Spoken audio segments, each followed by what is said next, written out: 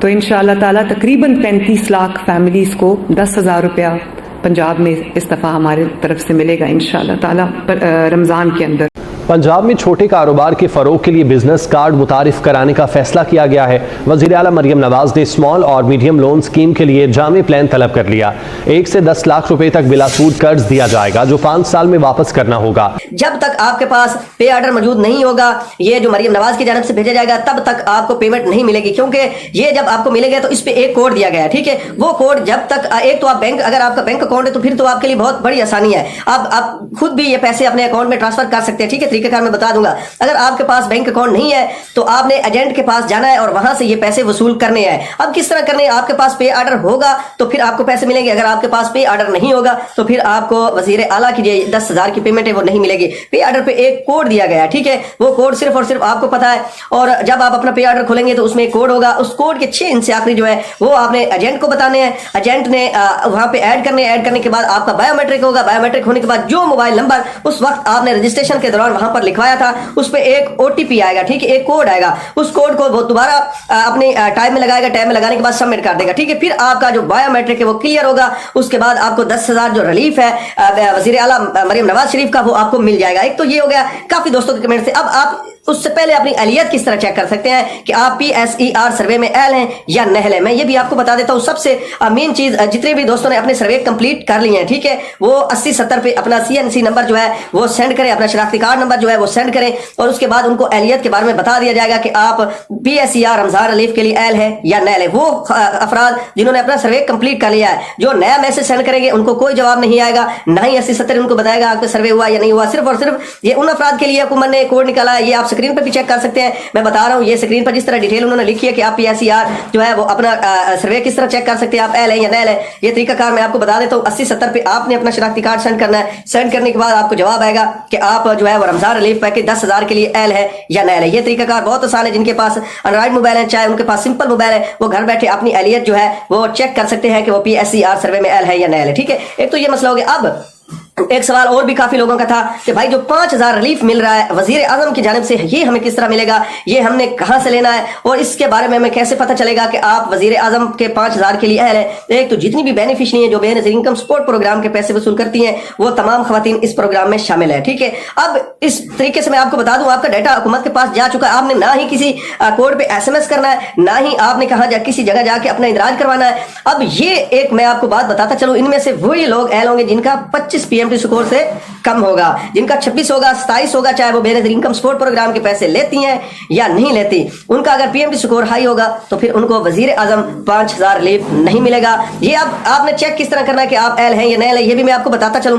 ایک تو آپ نے سینڈ کہیں بھی کوئی میسج نہیں کرنا، صرف اور صرف آپ کو اہلیت کے بارے میں بتایا جائے گا کہ آپ اہل ہیں یا نہیں ہیں، وہ بھی 9999 پہ، ٹھیک ہے؟ وہاں سے آپ کو ایک میسج ریسیو ہوگا کہ بھائی آپ وزیر اعظم کے 5,000 کے لیے اہل ہیں، آپ کسی بھی قریبی ریٹیلر کے پاس جا کے اپنی جو 5,000 کی عیدی ہے وہ وصول کر سکتے ہیں۔ یہ عید کے حوالے سے میسج آئے گا، اور جو مریم نواز والا ہے وہ 8070 سے آپ کو میسج ریسیو ہوگا آپ اہل ہیں یا نہیں ہیں۔ یہ دو طریقے کار تو میں نے آپ کو بتا دیا، PSER سروے کا اور دوسرے جو ہے وزیر اعظم ریلیف کا، ریلیف پیکج کا۔ اب کافی خواتین کو میں نے کس لیے منع کیا کہ آپ نے کیمپ سائٹ کا رخ نہیں کرنا۔